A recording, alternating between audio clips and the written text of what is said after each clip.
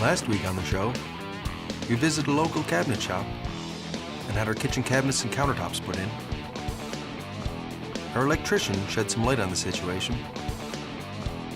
We took a step in the right direction by getting our stairs fabricated and installed. And this week, we're going to look a little closer at some of the behind-the-scenes systems that keep our home running as efficiently as possible. You're watching Built in NL on NTV.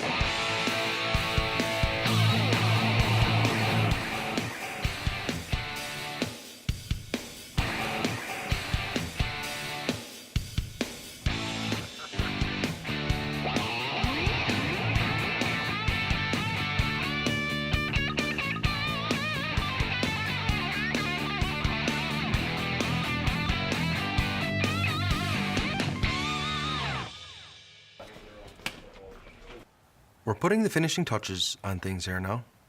Our floors are down, kitchen is in, even most of the paint and trim work is done. Now that all that's almost complete, we can finally get the boys from Newfoundland Plumbing back and get some of our fixtures put in place. One problem, we're gonna need those fixtures, so it's off again to IMCO for some much needed advice. My name is Stephanie Dodd, and I'm the showroom manager at IMCO Corporation.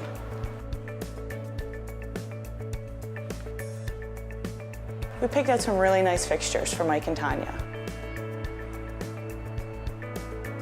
We picked out an oval freestanding tub, wall-mounted Roman tub filler, and a corner shower with sliding doors.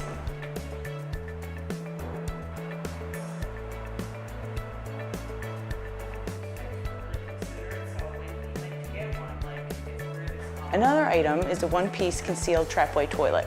Some plumbers call it a skirted toilet. The best thing about these is there's no exposed piping, so they're really sleek and easy to clean. One thing I'd like to add here is that not all plumbing fixtures are alike. You gotta be careful when buying things like faucets or toilets from stores that sell bananas and flowers. Replacement parts might not be so easy to find. By shopping at a supplier, we can rest assured any parts needed down the road should be readily available.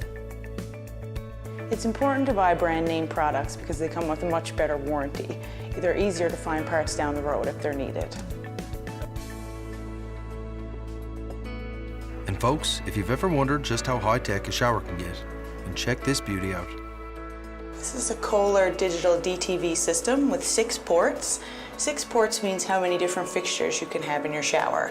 On our display we have speakers along with the digital interface, and we have body sprays with a regular shower head and a chromotherapy rainfall shower.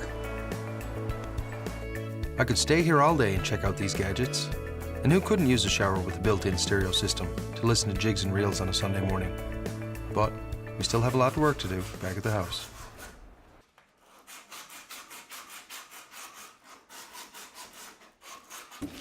And this is the final piece of the puzzle in getting our bathrooms finished and looking their best. With the help of Stephanie, we picked out some great looking hardware, and the boys are back now to install it.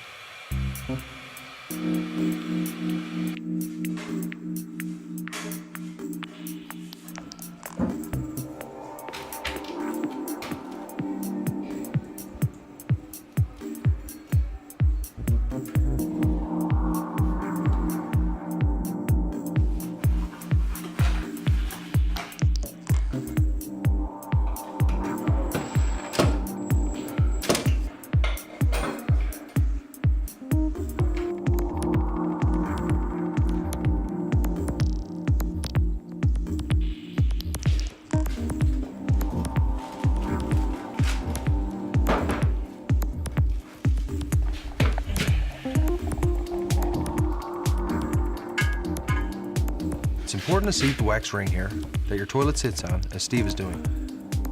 Failure to get a good seal can lead to leaks and odors.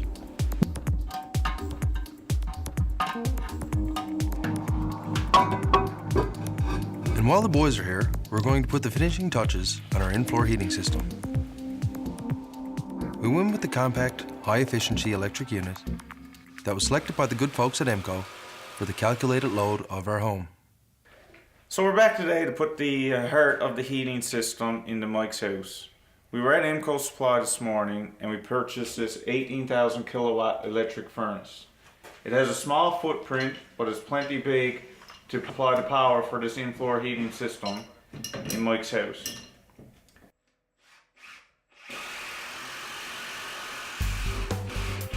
As Steve was just saying, this is one of the more efficient systems on the market today. A lot of people is using this system for in-floor heating. It's a very small system, works really well. If you had noticed in previous shows, the piping that we were installing in the floor, this is what generates the heat to supply the system. And if just a little bit about the system, this is our supply going out over to feed our zones. This controls the direction of flow. As we continue on, this is called an air scoop. This pushes the air out through this little vent here. It's called an automatic air vent. Keep air from entering the system.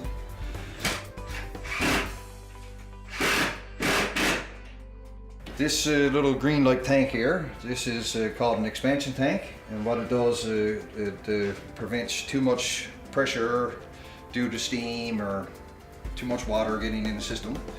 And what is more or less a safety thing, which will release water through this relief valve if it overpressurizes, which will pipe to the floor for safety issues. And then this just continues on over and feed our manifolds, which goes out, and this is what actually allows the water to flow out into the in-floor heating. And if you come back over here, right next to our supply is our return. And on our return line is a circulator. This is what pulls the water through the system to heat it. And it's a variable speed circulator, so control the time frame of the water getting through all the pipes and stuff. And if you come back over here, this continues over here, but this is our return right here. So all the water goes into this one and back through this one, and the circulator does all the work.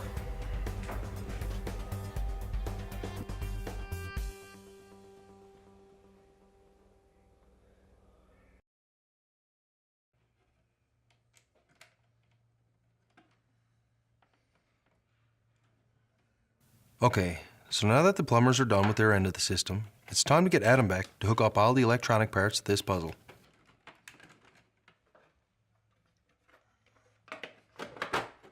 This is the heating system for the house. It's a high mass in-floor radiation. The pipes are actually embedded in the concrete, the pipes that carry the heated water, so that the entire concrete floor is your radiator. It makes for a very even, consistent heat. What we have here, this is your supply and return line to a major portion of the house. This is our manifold. And when a thermostat calls for heat, the appropriate motor opens a piston, sending heated water to the area of the home that needs it. And up here, this is our control box.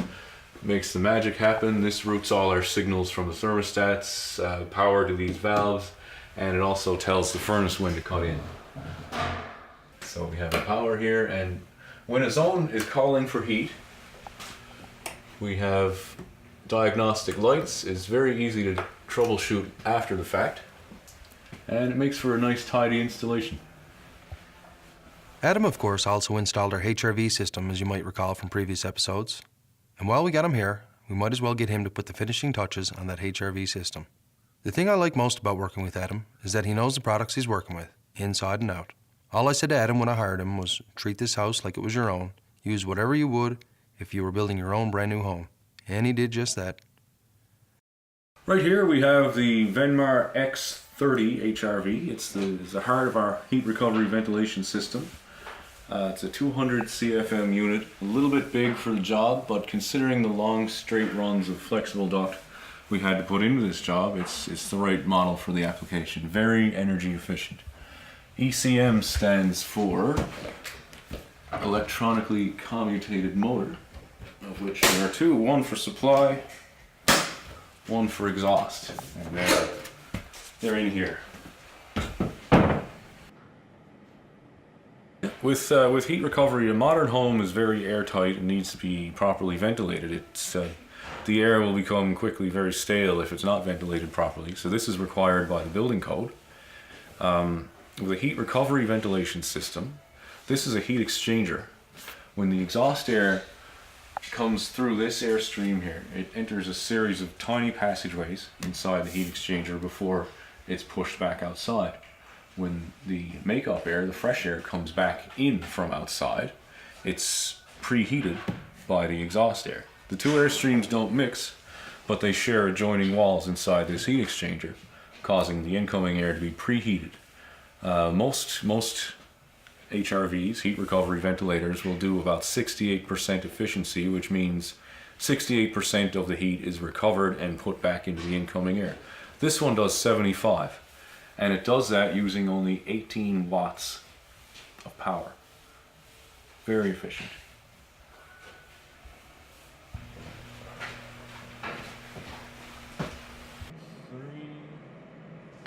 This is the final stage of the ventilation job. What we do is we adjust the airflow speeds so that things are operating as efficiently as they possibly can, and that we don't have any negative or positive pressure on the house. Nice balanced pressure. So what I do is I read the airflow differential using a magnehelic gauge like this, and make adjustments accordingly. On this particular unit, I adjust by slowing down or speeding up the fan motors. On the more base models, we use balancing dampers to throttle the flow. This one is better because it provides a lot less strain on the motors when you can adjust the speed.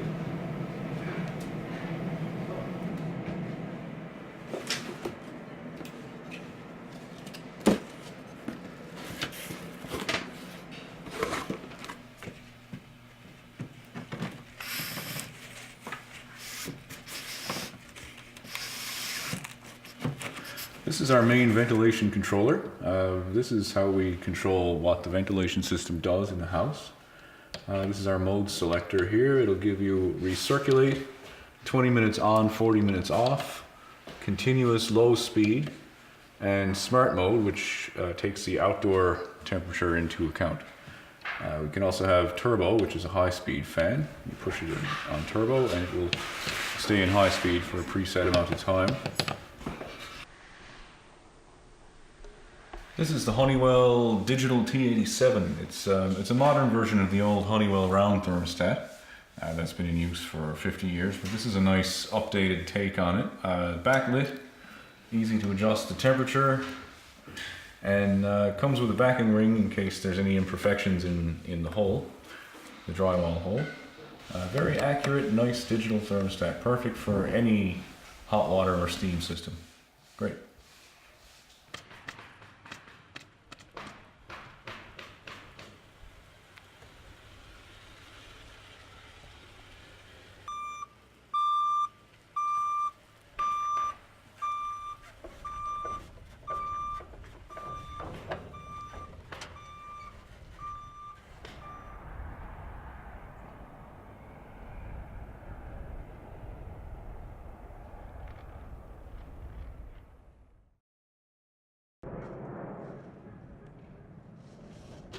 Now that we have the heating systems in place and the proper airflow throughout the house, it's time to bring back our friends at EcoFoam.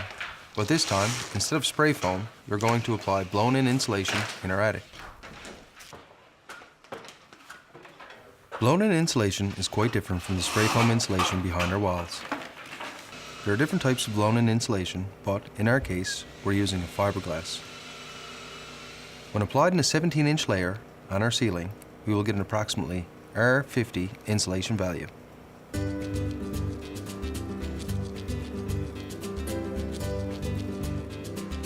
Another great thing about blown-in insulation is that it can be blown into all the little nooks and crannies and hard-to-reach areas that don't get covered as well if you were to use bad insulation. And you don't have to cut all the pieces and try to fit them around the pipes and vents, electrical boxes, etc. Just run off the hose and have at her.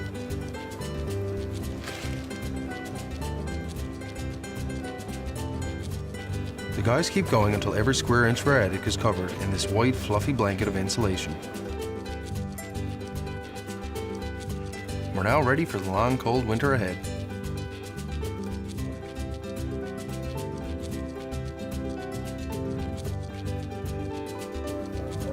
Check out this before and after picture that shows the amount of coverage you get with this stuff.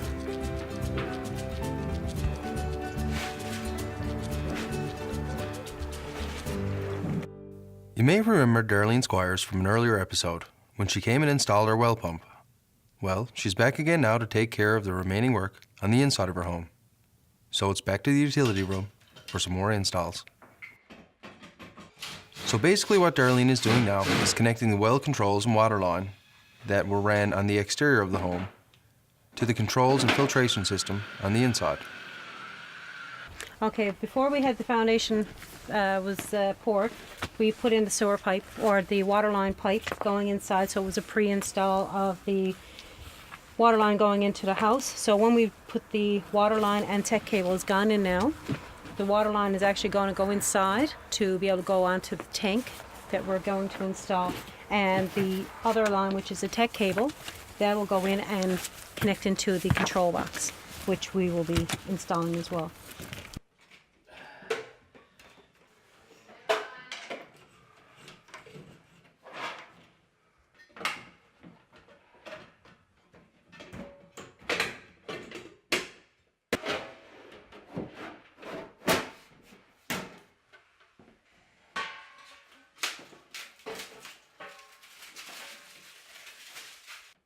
The purpose of a sediment filter is to catch any bits of grit and dirt that will come up from the well, where it's well is drilled well, so it's in the ground.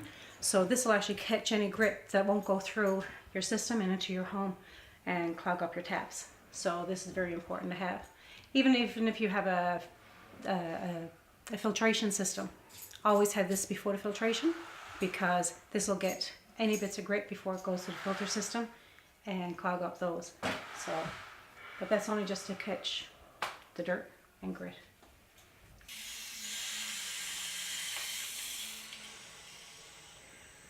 And we have water.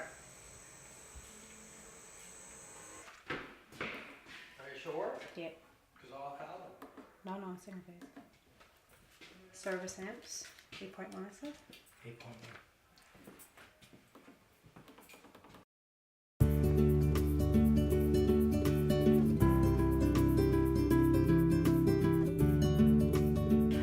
Well, we just finished installing Mike's pump system and we got it up and running. We were after draining a few times, and to be able to get any of the contaminants that may have been entered in when we were drilling the well.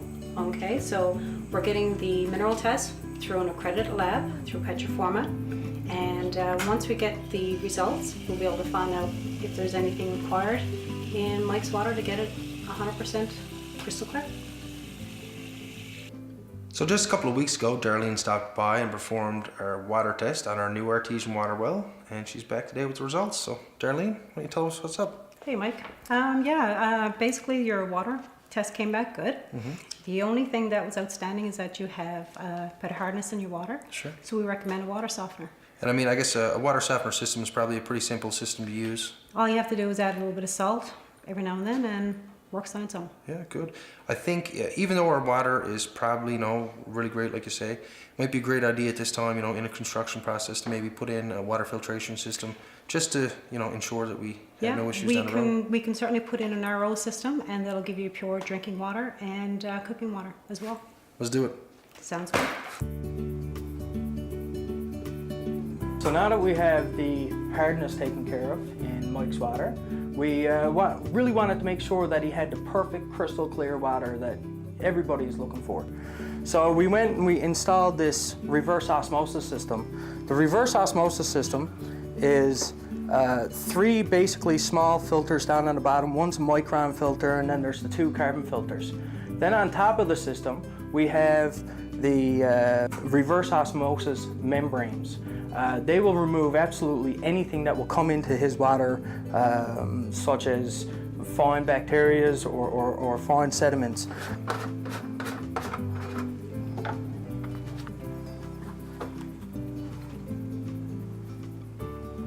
These are absolutely perfect for anybody.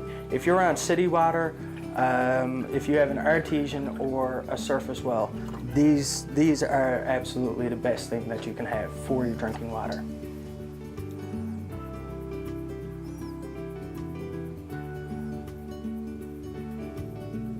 And there you go, crystal clear drinking water.